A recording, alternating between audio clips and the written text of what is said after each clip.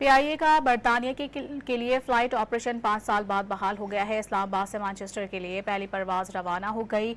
वजीर दिफा ख्वाजा आसिफ कहते हैं कि मैनचेस्टर के बाद लंदन और बर्मिंघम के लिए भी परवाजें चलाई जाएंगी।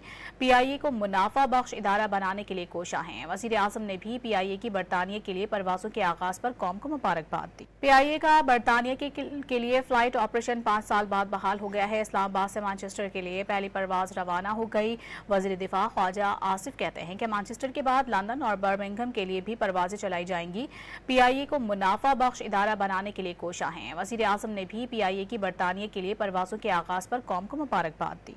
पीआईए का बरतानिया के लिए फ्लाइट ऑपरेशन 5 साल बाद बहाल हो गया है। इस्लामाबाद से मैनचेस्टर के लिए पहली परवाज रवाना हो गई। वजीर दिफा ख्वाजा आसिफ कहते हैं कि मैनचेस्टर के बाद लंदन और बर्मिंघम के लिए भी परवाजें चलाई जाएंगी। पीआईए को मुनाफा बख्श इदारा बनाने के लिए कोशा है। वजीर आजम ने भी पीआईए की बरतानिया के लिए परवाजों के आगाज पर कौम को मुबारकबाद दी।